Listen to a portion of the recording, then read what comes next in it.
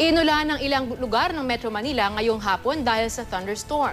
Sa EDSA Ortigas, nagsikip ang kalsada lalo na ang papunta ng Makati nang biglang bumuhos ang ulan kaninang alas 2 ng hapon. Tumagal ang pag-ulan ng halos 1 oras. Naging maluwag naman ang traffic sa bahagi ng EDSA Reliance, ngunit dahil sa pag-ulan may ilang pagbaha sa gilid ng kalsada. Kaya paalala po sa mga motorista, magdoble ingat po sa pagmamaneho lalo't madulas ang ilang kalsada. Samantala, nakaranas din ang pag-ulan ng ilang bahagi ng Pagadian City kaninang tanghali. Maraming motorista at commuter ang naperwisyo dahil walang masakyan.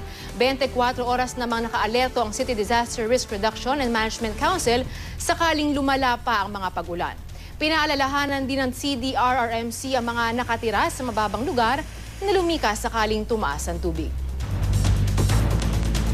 Apektado ngayon ng thunderstorm ang ilang lugar sa Mindanao, partikular na sa Zamboanga del Sur, Zamboanga Sibugay, Bukidnon, Compostela Valley, Davao Oriental, Sultan Kudarat, Basilan, Lanao del Sur, Misamis Oriental, Agusan del Norte, Surigao del Sur at Maguindanao.